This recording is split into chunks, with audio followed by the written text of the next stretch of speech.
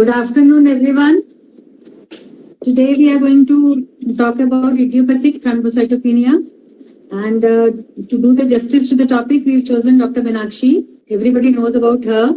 She's secretary of EDGF and she's a graduate and postgraduate from AIMS. She has various papers in national and international journals and she has been awarded many times. So to do the session, I'll like to invite the chairpersons. Chairpersons for today are Dr. Neerja Varshney.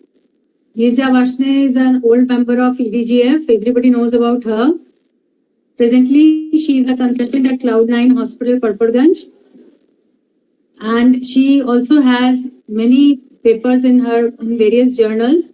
Her keen area of interest is endoscopy, urogyne, fetal medicine, and she has been a certified trainer for adolescent health. She has been awarded Life and Gem of Delhi Gynecologist Forum Award. She has been awarded APJ Abdul Kalam Award, Appreciation Award. She has been given awards by the Delhi State and as well as IMA. Dr. Neerja, welcome. The next chairperson is Dr. Jyoti Bhaskar. All of us know about her. She is the president of EDGF. She is a principal consultant and obstetrician at Apollo Cradle Hospital, Indrapuram. She's been the secretary of Delhi chapter of Indian Menopausal Society. She is executive member of NARCHI. Plus, she is a member representative of RCOG North Zone. The third chairperson is Dr. Poonam Goyal. Dr. Poonam Goyal she is ART specialist and ultrasonologist. She is practicing in Obs-Gyne for the last 35 years. She is HOD of IVF and infertility at Max Vishali Hospital. She is director of Panchsheel Hospital. Dr. Rupam Arora is a consultant at Cloud9 Hospital. She is a senior gynecologist practicing in East Delhi for more than 30 years. Now I request the chairpersons to introduce the speaker for today.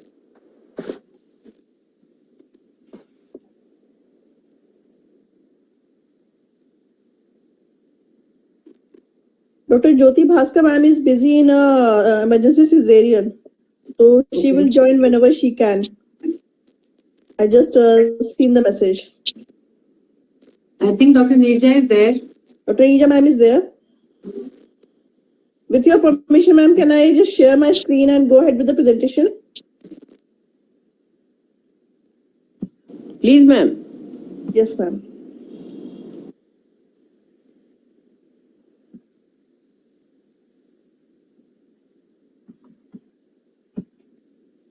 Are my slides visible?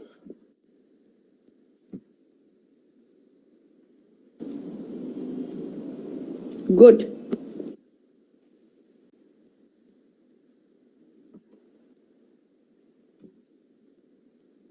So good afternoon, everyone. Thank you, Shada ma'am, for the opportunity so that I can present today's talk on gestational thrombocytopenia. As we know, we always find cases very frequently in our practice that the patients have a platelet count which is low.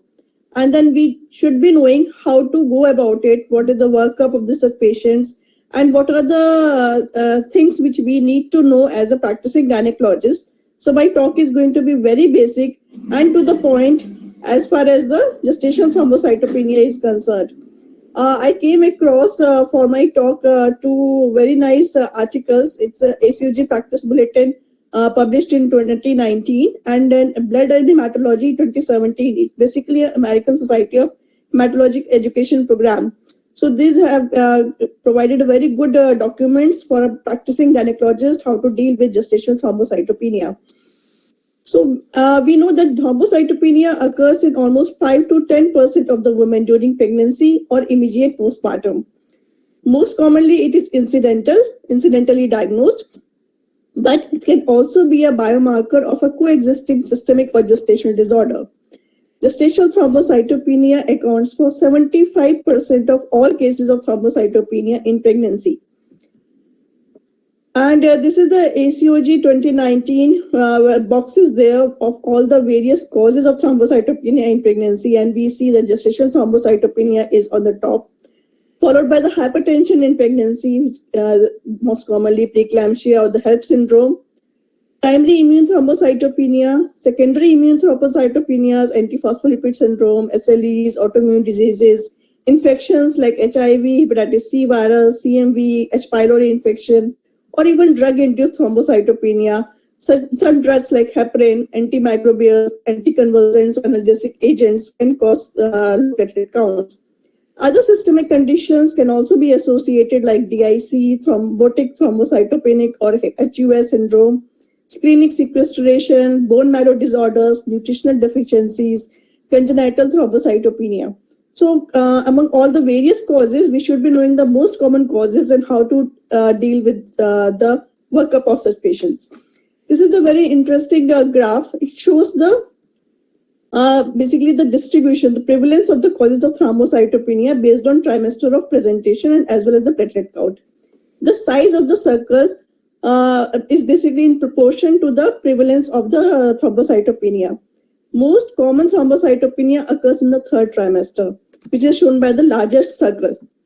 Gestational thrombocytopenia contributes to almost 75% and preeclampsia contributes to almost about 20%. And in first trimester, however, the most common cause of thrombocytopenia is ITP, immune thrombocytopenia.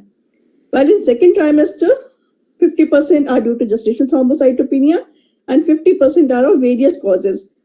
And the platelet count, the most common cause of platelet count whenever we see in a patient who has a platelet count of less than 50, preeclampsia and ITP should come into our mind rather than the gestational thrombocytopenia, because this ITP and preeclampsia are the most common disorders which leads to a platelet count less than 50. This is another figure which says that in control in the non-pregnant versus the pregnant woman, the platelet counts shift to the left. So normally the platelet counts are lower whenever the patient is pregnant as compared to the controls. So we see that the CBC and the peripheral smear, these are the most important investigations to be done, and it rules out aplastic anemia because the CBC also leads to the platelet count, the TLC, the leukocyte counts, and the RBC count. All three will be low in aplastic anemia. And platelet clumping can be seen on a peripheral smear, which causes pseudo thrombocytopenia, where actually thrombocytopenia is not there, but due to platelet clumping, it is reported as low platelet count. Isolated thrombocytopenia in first trimester most likely is due to ITP. And second and third trimester, the most common cause is gestational thrombocytopenia. The platelets between 1 lakh to 150 lakh is due to gestational thrombocytopenia, and less than 50 is most likely due to ITP. This is, I think, is the most important thing which we should always keep in mind. Antiplatelet antibodies can't differentiate gestational thrombocytopenia and immune thrombocytopenia. Late trimester with thrombocytopenia with hemolysis or other organ dysfunction, thrombotic microangiopathies must be considered. I will come in detail regarding TTPs. So first, we'll discuss gestational thrombocytopenia. It is incidental thrombocytopenia of pregnancy. Almost 75 to 80% of all thrombocytopenias are due to gestational thrombocytopenia. It is the pathogenesis may be hemodilution or enhanced clearance of the platelet by the hepatosplenic system, or it is more, and it is also more common in second and third trimester. Platelets are usually more than 75 lakh and asymptomatic with no history of bleeding. This is the most common feature of gestational thrombocytopenia. Only platelet count is low and there is no associated other features of any end organ disease, and there is no history of bleeding. No thrombocytopenia occurs outside pregnancy. So platelet counts decreases only during pregnancy, and when the patient is non-pregnant, then the thrombocytopenia is not there. Platelets return to normal within 1 to 2 months postpartum. And neonatal thrombocytopenia is very, very low, extremely rare. 0.1 to 2.3% can have neonatal thrombocytopenia. And the most important thing which we need to keep in mind with gestational thrombocytopenia is that there is no increased risk of maternal or fetal hemorrhage. There are no specific diagnostic tests which are available. And it's a diagnosis by exclusion, by ruling out other causes of thrombocytopenia, we reach to a diagnosis of gestational thrombocytopenia. So the practical points which we must all remember. Platelet count is between that of 1,58,000 is actually a 2 standard deviation below the mean at term. So normally at term, a person can have are not thrombocytopenic, but still can have a platelet count of 115. Gestational thrombocytopenia does not become apparent before mid-second trimester, and only 1 to 5% of women develop platelet counts below 1 lakh, and few have counts below 75. But the counts below 50 have been attributed to gestational thrombocytopenia on extremely rare occasions, and only when other possible etiologies have been ruled out. So practically, there are no biomarkers to provide an affirmative diagnosis which might preclude the distinction from mild ITP, the onset of preeclampsia or HELP, or other diagnosis of exclusion. Gestational thrombocytopenia does not intrinsically reflect or affect the health of the mother, and fetal thrombocytopenia is uncommon and mild. So we should not be worrying about neonatal thrombocytopenia in patients with gestational thrombocytopenia.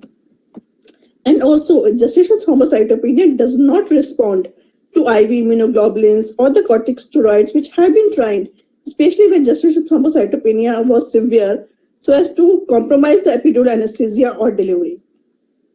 If thrombocytopenia does not resolve within 1 to 2 months of delivery, then the diagnosis of ITP or thrombocytopenia, hereditary thrombocytopenia, may become evident only in the hindsight. So it is just like a gestational diabetes mellitus, where the pregnancy-induced thrombocytopenia is there, and as soon as the patient is delivered, within 1 to 2 months of postpartum, the thrombocytopenia reverts back to normal. But if it does not revert back to normal, we must consider the diagnosis of ITP or hereditary thrombocytopenia and should work along that lines. The differential diagnoses are basically immune thrombocytopenia and thrombotic microangiopathies. What is immune thrombocytopenia? Immune thrombocytopenia is basically antibodies which are coated on the platelets, basically the autoantibodies. They coat the platelets and leads to their destruction, and premature destruction of the platelets lead to thrombocytopenia. And this is immune-mediated decrease in the platelet counts. It does not affect any other organ system. However, in thrombotic microangiopathies, what happens? There are microvascular thrombi along with low platelet counts. So microvascular thrombi, they causes the end organ damage to the organs wherever the microvascular thromboemboli are there. It can be pregnancy specific or pregnancy non-specific. Pregnancy specific thrombotic microangiopathies include preeclampsia syndrome and HELP and acute fatty liver of pregnancy. Non-pregnancy induced are thrombotic thrombocytopenic purpura or the hemolytic uremic syndrome. So I'll come to the immune thrombocytopenia. It contributes to about 3% of thrombocytopenia in pregnancy. And it is the most common cause of platelet count whenever it is less than 50 and detected in first and second trimesters. So if the platelet count is less than 50 in the first and second trimester, ITP is the thing which should always come into our mind. 15 to 35% of mothers require treatment in the form of steroids or IVIG. There are no laboratory tests to distinguish ITP from gestational thrombocytopenia. And the diagnosis of ITP is based on a personal history of bleeding. The person who is having ITP before pregnancy must be having a menorrhagia or some form of bleeding either through the gums or GI bleeding or other bleeding episodes, is usually there in the history. A low platelet count prior to pregnancy and or a family history that excludes hereditary thrombocytopenia. So if a person prior to pregnancy has a history of bleeding and a low platelet count, the diagnosis goes in favor of ITP, and if it runs in family, it goes in favor of hereditary thrombocytopenia. So one should always suspect ITP if the platelet counts is less than 70 in the first or second trimester. The management is basically is a treatment for bleeding, to prevent the bleeding, how to go about so that the platelet counts remain in the range which are above the critical level for the bleeding which cannot be managed otherwise. So treatment is initiated when the platelet count is less than 20 to 30,000 and for procedures and delivery. So minimal platelet count of 80 is advisable if a spinal anesthesia or a neuroaxial anesthesia is to be advised, or it should be above 50 if a cesarean has to be done in the patient who is having an ITP.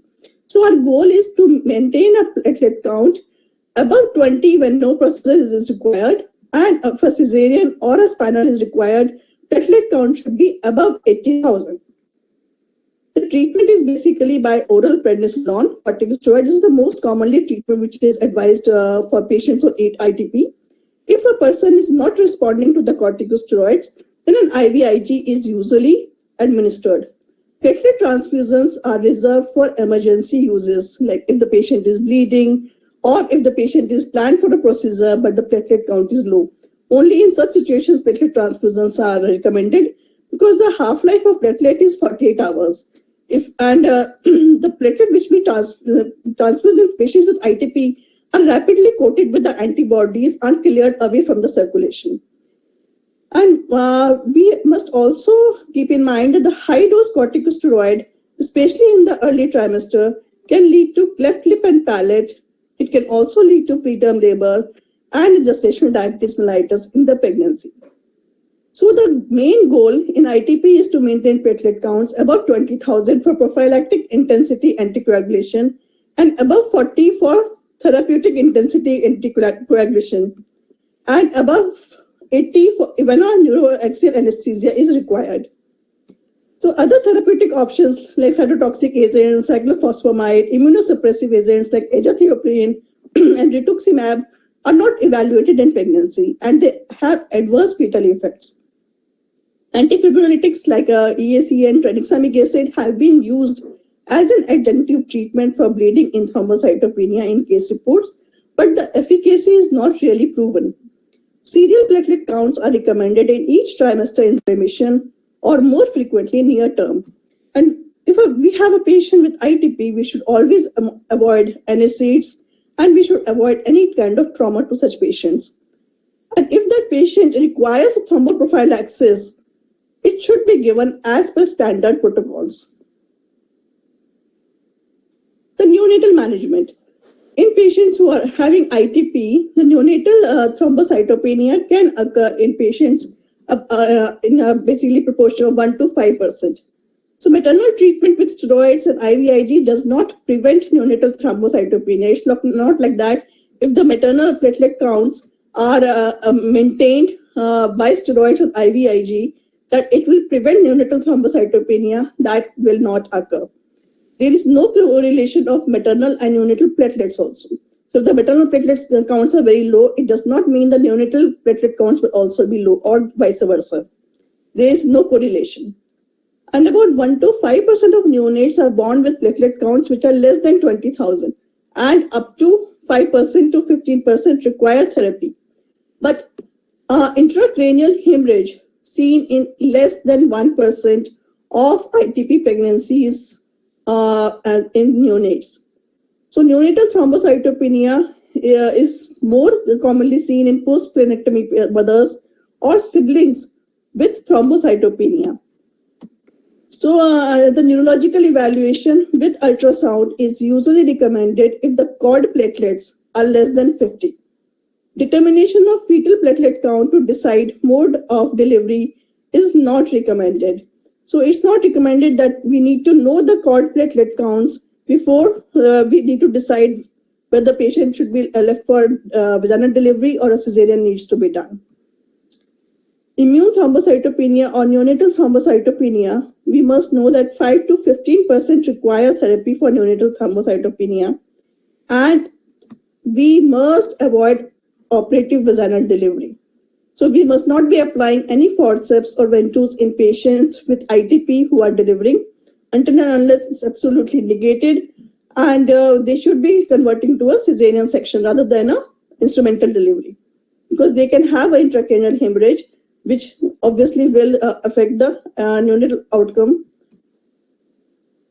Now we move on to the thrombotic macroangiopathies. What happens in thrombotic macroangiopathies is basically thrombosis in the microvasculature, which leads to ischemia in the organ and leads to end organ damage. Along with that, the consumption thrombocytopenia occurs. So it's a combination of basically thrombocytopenia, fragmentation, hemolysis, and variable organ dysfunction due to intravascular platelet aggregation. So the critical issue is whether patients with thrombotic macroangiopathies, we need to observe them, or we need to expedite the delivery, or we should manage with plasma infusion or exchange, or use an inhibitor of complement. So what should we do whenever we see a patient who are having a thrombotic macroangiopathies? So basically, we need to have a differential diagnosis. Then only we can advise a treatment. If the underlying pathology is preeclampsia or HELLP, delivery is the answer. Delivery is the treatment. If the patient is of thrombotic thrombocytopenic purpura, then plasmapheresis or plasma infusion is the treatment, not expediting the delivery. Hemolytic uremic syndrome usually are managed by complement inhibitors. And acute fatty liver of pregnancy, aggressive replacement therapy, and a prompt delivery is the treatment. So we need to differentiate what type of thrombotic macroangiopathies we are dealing with. So this is basically our chart. I hope you can see the chart clearly. These are preeclampsia, TTP, HUS, and AFLP. How to differentiate? Elevated blood pressure is most commonly a hallmark of preeclampsia and HELLP syndrome, while it can be associated with acute fatty liver of pregnancy also. Neurological symptoms are most commonly seen in TTP and preeclampsia. In preeclampsia, it is most commonly the headache. While in thrombotic thrombocytopenia, there can be numbness, weakness, aphasia, or altered mental status. Abdominal symptoms can occur in preeclampsia as right upper quadrant pain. However, unspecific pain can be there with TTP as well as acute fatty liver of pregnancy. Fever is a feature of TTP and a hemolytic uremic syndrome. Easy bruising is a feature of TTP.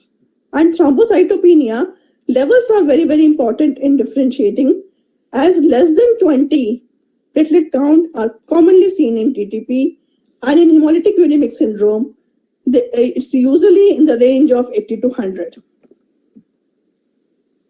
Now, other associated organ and organ damage, the preeclampsia, basically the renal impairment can be seen. However, it is very much marked in hemolytic uremic syndrome because it's the kidneys which get the maximum damage in hemolytic uremic syndrome. And acute fatty liver of pregnancy can also have an impaired renal impairment. Hepatic dysfunction is seen in acute fatty liver of pregnancy and associated with bilirubin levels which are very high. Coagulopathy is the hallmark of acute fatty liver of pregnancy, and sometimes it is disproportionate to the liver enzymes deranged. Acute fatty liver of pregnancy, coagulopathy is the hallmark, and it can differentiate from other thrombotic macroangiopathies. LDH levels also are increased in TTP, hemolytic uremic syndrome, and acute fatty liver of pregnancy, while in preeclampsia it is only very mildly raised. Microangiopathic hemolytic anemia is seen in TTP and hemolytic uremic syndrome very markedly. Hyperglycemia is a hallmark of acute fatty liver of pregnancy because of severe liver damage. There is also an ADAMTS 13 activity, which is less than 10% in TTP patients and it is more than 30% in HUS. This is one test which is available and can differentiate between TTP and HUS. So pregnancy-specific thrombotic macroangiopathies, preeclampsia or the HELP, it occurs usually in the late second and third trimester or first week of postpartum. 50% have platelets which are more than 1 lakh. And pathogenesis is basically extracellular vesicles shed by syncytial trophoblast from preeclampsia. Placentas may augment the platelet activation, which contribute to placental and systemic macrovascular ischemia. So thrombosis is usually restricted to the placenta. So criteria, we all know. I will not be going in detail in this. Management, the treatment is delivery. Corticosteroid does not reduce maternal bleeding or other morbidity. Expected management, if a pregnancy is less than 34 weeks gestation and clinically stable, but should be considered only in a tertiary care setup because they are at risk of DIC and deterioration of mental status requiring urgent treatment anytime. Serial monitoring of platelet counts and other laboratory studies guide the timing of delivery. The platelet counts usually recovers within 48 to 72 hours of delivery in preeclampsias. Otherwise, consider the diagnosis of TTP and HUS. Neonatal thrombocytopenia is usually uncommon. So recurrence 5 to 95%. It can recur aspirin from 12 to 16 weeks of pregnancy. In the subsequent pregnancy prevents the recurrence. Acute fatty liver of pregnancy is an emergency. It is very, very rare, almost 1 in 5,000 to 10,000. It is more commonly seen in multiple gestations than singletons. 75% have nausea and 50% have abdominal pain, which is similar to preeclampsia. Diagnosis is based on impaired renal and hepatic function, including the impaired synthesis of clotting factors with above features. Reduction in plasma antithrombin 3 may be an early marker of acute fatty liver of pregnancy, and coagulopathy is disproportionately severe relative to other evidence of liver dysfunction. So liver enzymes may be only mildly raised, but coagulopathy is very, very severe. And hypoglycemia is seen in severe cases.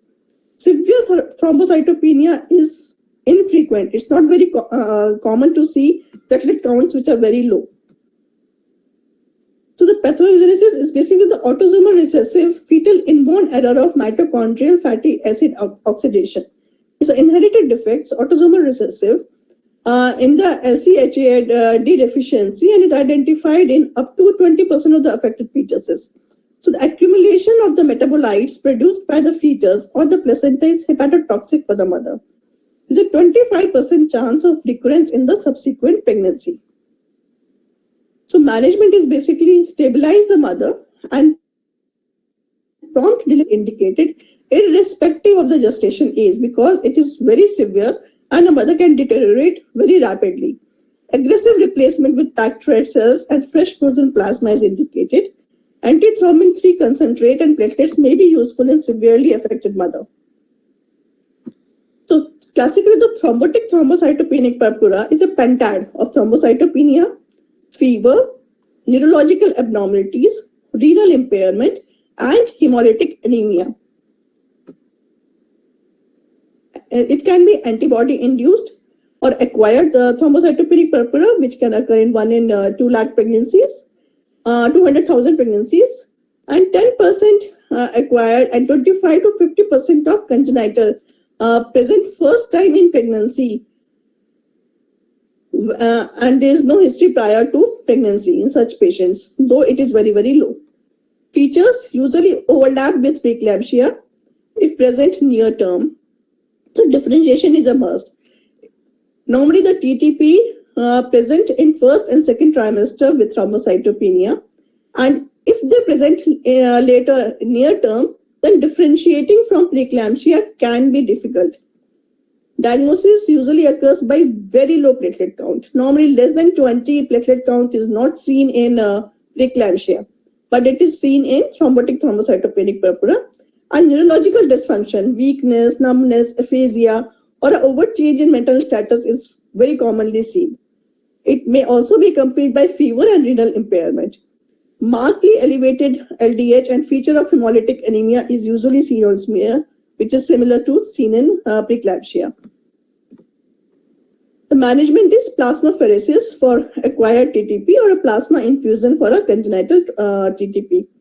Pregnancy does not impair the response to plasma infusion or plasmapheresis and corticosteroids. Delivery does not improve the maternal outcome. So fetal loss if TTP presents in early gestation is due to severe placental ischemia. Perinatal mortality is close to 80% and maternal mortality to 68%, which is very, very high without treatment. 75 to 90% of the patients, they deliver healthy newborn if presents late term or they are successfully treated by corticosteroids of the plasmapheresis. How do we manage the subsequent pregnancies in patient with TTP? Recurrence in subsequent pregnancy is 50% for the TTP with reduced ADMST S13 activity. So if this activity is low, the recurrence is high. Women whose activity is less than 10% in the first trimester requires close surveillance and prophylactic plasmapheresis or infusions. They have to be managed in tertiary centers only. Women with pregnancy-associated TTP may also have an increased risk of preeclampsia during subsequent pregnancies. Coming to atypical hemolytic uremic syndrome, the incidence, it occurs almost in 1 in 25,000 pregnancies, very uncommonly seen. 10 to 20% of all women present with hemolytic uremic syndrome for the first time in pregnancy. So almost 80% they present prior to pregnancy. 80% of hemolytic uremic syndrome develops postpartum, remainder distributed throughout the gestation. So during pregnancy, HUS may not develop, but 80% may develop even in postpartum period. Diagnosis is to be suspected when a woman presents with progressive renal failure and thrombocytopenia with platelet counts above 50 and associated with hemolytic anemia. Diagnosis is confirmed by identifying a mutation that impairs the expression or function of proteins that regulate the alternative pathway C3 convertase. I'm not sure whether we have it available with us. So how do we manage the patient and subsequent pregnancies? Initial plasmapheresis, if the ADMT S13 activity is above 30%, it rules out TTP. 80% of the mothers with hemolytic uremic syndrome requires dialysis, and 60 to 70% develop end-stage renal disease. Early intervention with anti-C5 complement antibodies may improve the outcome. Delivery does not alter the outcome in such patients. Fetal loss is quite high, 10 to 20%, and is due to localized microthrombi in the maternal renal vasculature, unlike widespread thrombi in TTP. 10 to 30% risk of recurrence occurs in subsequent pregnancies. So the conclusions and the key recommendations which we all must know are that maternal thrombocytopenia between 100 to 150 platelet counts in asymptomatic women with no bleeding is usually due to gestational thrombocytopenia, which is very benign with less complications. Given the low risk of serious neonatal intracranial hemorrhage in pregnancy, which is complicated by the ITP, mode of delivery is based on obstetric considerations. We must avoid any instrumental delivery in patients of ITP. Consensus guidelines recommend that platelet transfusion is required to increase the platelet count more than 50 before any major surgery. Epidural or spinal anesthesia is considered acceptable with the risk of epidural hematoma exceptionally low in patients with a platelet count of 70 or 80 or more, and no antiplatelets or anticoagulant therapy to be given. Thank you. Thank you, Dr. Meenakshi, for this exhaustive and elaborate presentation. We all are benefited. I now invite Dr. Neerja Varshney ma'am to give her expert comments. As usual, Meenakshi's presentation was very crisp and to the point. She has highlighted all the major points. Like mainly she has highlighted that for the third trimester, we should consider mostly the gestational thrombocytopenia. And if it is not less than 70 to 80, we should not worry. And if it is less than 70 to 80, we should be thinking on the lines of ITP and preeclampsia. And preeclampsia and ITP, if we are detecting during, if the platelet count is less than 50 during first and second trimester, then we should be thinking on the lines of ITP and pre-eclampsia. And there are other causes she has highlighted which are leading to thrombocytopenia, like HELLP syndrome, hemolytic uremic syndrome, TTP, and some viral infections, some other causes also, which she has highlighted very beautifully. And she has given us the differentiation, like what are the different points we can pick up the cause of the thrombocytopenia.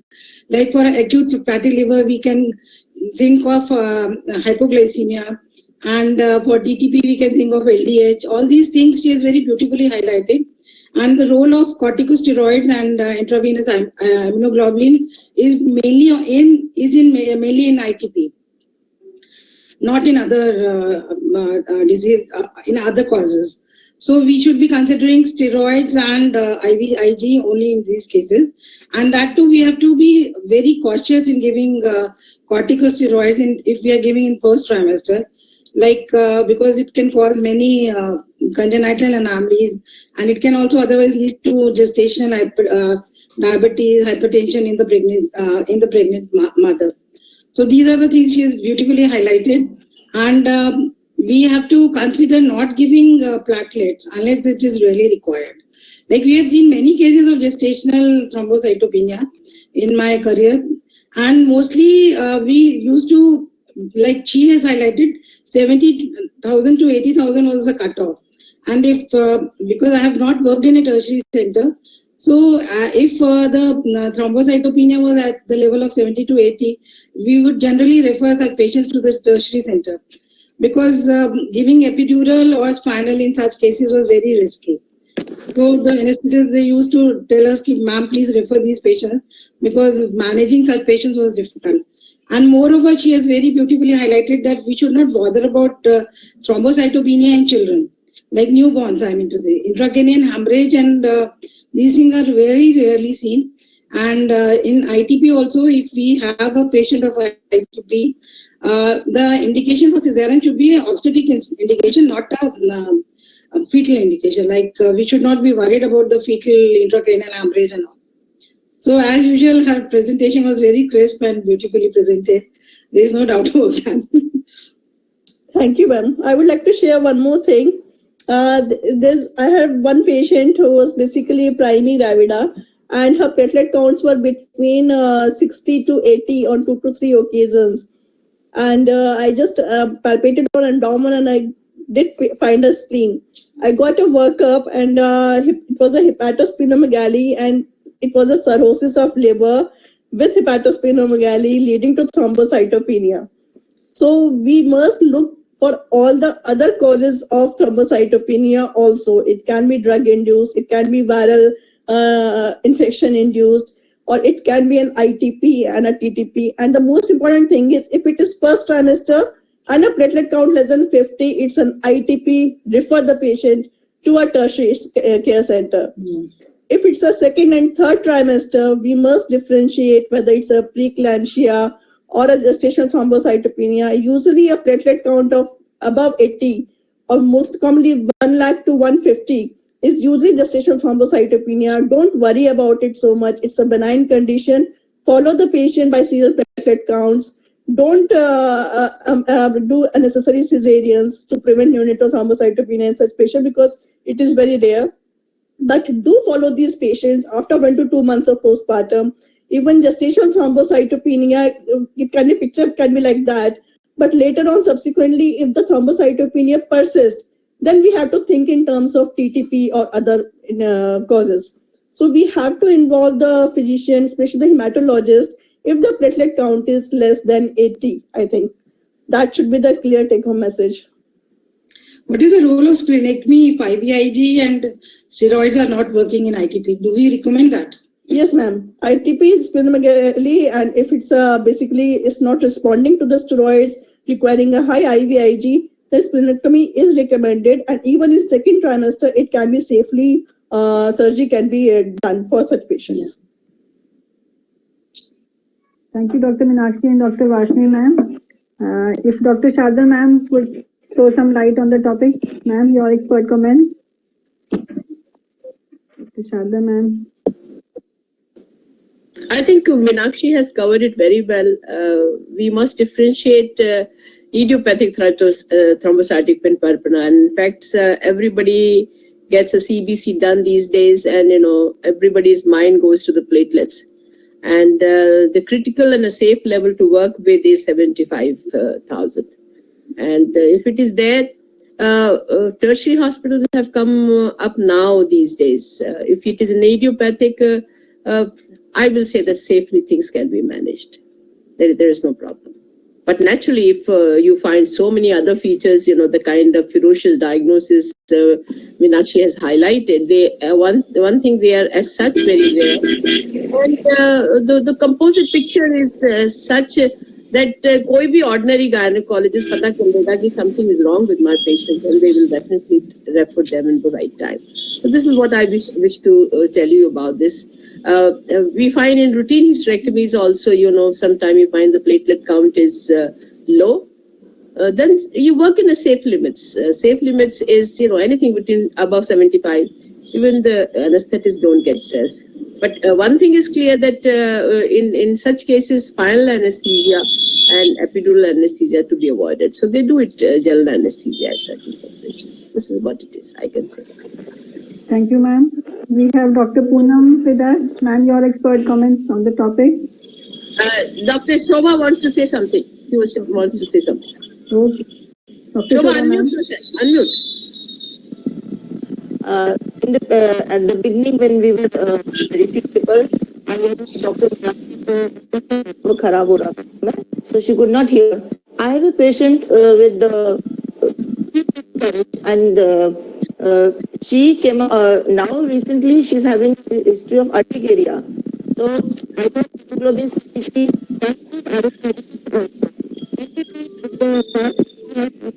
irregularities also. And now she's trying to conceive again. Her platelets, the CBC shows it is done at Lalpet lab. And her platelet count is 1 lakh plus. And coincidentally, she is now 2 to 3 days overdue and HCG probably positive at home. So I have actually referred her to a hematologist. Can you put some light on it?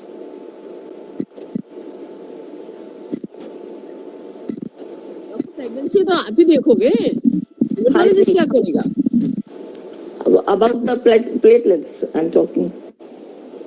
वो तो जैसे you have to combine picture, पर आपका अपना काम तो करना ही पड़ेगा, है? Meenakshi, guide her. Yes, ma'am. We have to follow the patient and with the serial platelet counts. If it is above 80, usually the problem will not be there. If it is less than 80, you need to refer to tertiary center where hematologist will be managing along with you. So it's basically a combined approach if the platelet count is less than 80. Meenakshi went to do the repeat platelets after 1 month. Or after 2 In weeks. preeclampsia, the platelet counts usually revert back within 48 to 72 hours. You can safely repeat it in a week. But in gestational thrombocytopenia, it may take 1 to 2 months for it to normalize. So after 2 months, the platelet count should come back to normal. If it is not normal, then you need to refer to hematologist to have a workup for ITP. And any patient who is having less than 80,000, I think we should do LFT for all those patients and the whole abdomen, ultrasound whole abdomen. That Definitely, we have to look for other mandatory. causes also. It is mandatory to go for ultrasound whole abdomen and LFT. Doctor साहब एक बात मेरी आपको मैं फिर दोबारा request करती हूँ. I was trained at PGI Chandigarh, and where the physician used to really shout and say that her patient का आपने serum creatinine कराना, हर patient का SUT, SCPT कराना है. So I find ये एक basic investigation में आना चाहिए. Hemoglobin, PCV, serum creatinine, SUT, SCPT and urine analysis. तो अगर ये करोगे तो you'll find you will never landed up in trap. And secondly, I just wish to tell you, a PET giving rise to thrombocytopenia of this particular nature, वो दूर से दिखाई देगी. और कभी कोई अर्ली प्रेगनेंसी में ऐसी पीटी नहीं आती, सेकंड ट्राइमेस्टर में भी ऐसी पीटी नहीं आती, थर्ड ट्राइमेस्टर में भी ऐसी पीटी आती. तो I think one should see कि पीटी हम इतनी आसानी से कह देते हैं, it's not so very easy. तो पीटी जो आई होगा जिसमें इतनी थ्रोम्बोसाइटोपेनिया है वो लेट ट्राइमेस्टर है और you will know your patient is not alright. Dr. Neerja, you have to say something on this. No, ma'am, you're right. Like all investigations we have to do them for PH patients. Like tabhi we can diagnose what exactly is the cause. We usually get LFT, KFT done for all these patients. Basic CBC and a peripheral smear gives a great clue. If the peripheral smear shows hemolytic anemia, the cause is thrombotic macroangiopathies. It can be preeclampsia, TTP, AFLP. If it is isolated platelet count which is low, RBC count is normal, TLC is normal, there is no hemolysis on peripheral smear, it is most commonly gestational thrombocytopenia or an ITP. Correct. Once the hemolytic anemia is there on the peripheral smear, then you have to think which are the organ damages there. If it is isolated renal, it is hemolytic uremic syndrome. If it is widespread, it is TTP. If it is mostly placental, along with the hypertension, it is most likely preeclampsia. The differentiation is difficult in third trimester. In first trimester, it's clear. It's TTP or HUS, depending on the organ involvement and the end organ damage. Cirrhotic कैसी हो गई? मैंने कहा वो cirrhotic patient pregnant कैसी हो गई? हो गई, ma'am. I had to refer that patient because her platelet counts were really falling. She needed a splenectomy also. She had a esophageal varices. Esophageal varices ligation was also done. Thankfully, she didn't have a hematomesis. We detected the esophageal varices before only once the diagnosis of cirrhosis was made. ये mild ना prenatal चलते रहते हैं, उसके बाद एकदम exaggerate करते हैं प्रेगनेंसी में, दे एक्सजरेट लाइक एनीथिंग एंड शुरू में बहुत माइल्ड सिरोसिस होती है तो दे कंसीव। आपने कभी Poonam is also here, doctor Poonam is also here. नमस्कार मैम। आई थिंक जैसे मैम आप कहते हो ना कि बस सावधानी हटी और दुर्घटना घटी, हमारे लिए तो यही है मैम कि अगर हमने बिल्कुल ध्यान नहीं दिया, एक भी चीज आप मिस कर दो ना, वही उसी को दो विजिट बाद आएगी तो आपको पता चलेगा अरे ये तो GDM था, मैंने तो पहले भी ये नोट किया था फिर भी मैंने नहीं कराया। Something like that will happen. तो हमारा तो बस यही है कि we have to be vigilant at every step, और and now it's a time, it has to be teamwork. Whenever we feel there is something which we are not able to tackle, we should immediately take the opinion of our medicine colleague. That should be our policy. Very true, ma'am. Physician colleague को जो है ना उनको, हाँ physician colleague को involve करना है।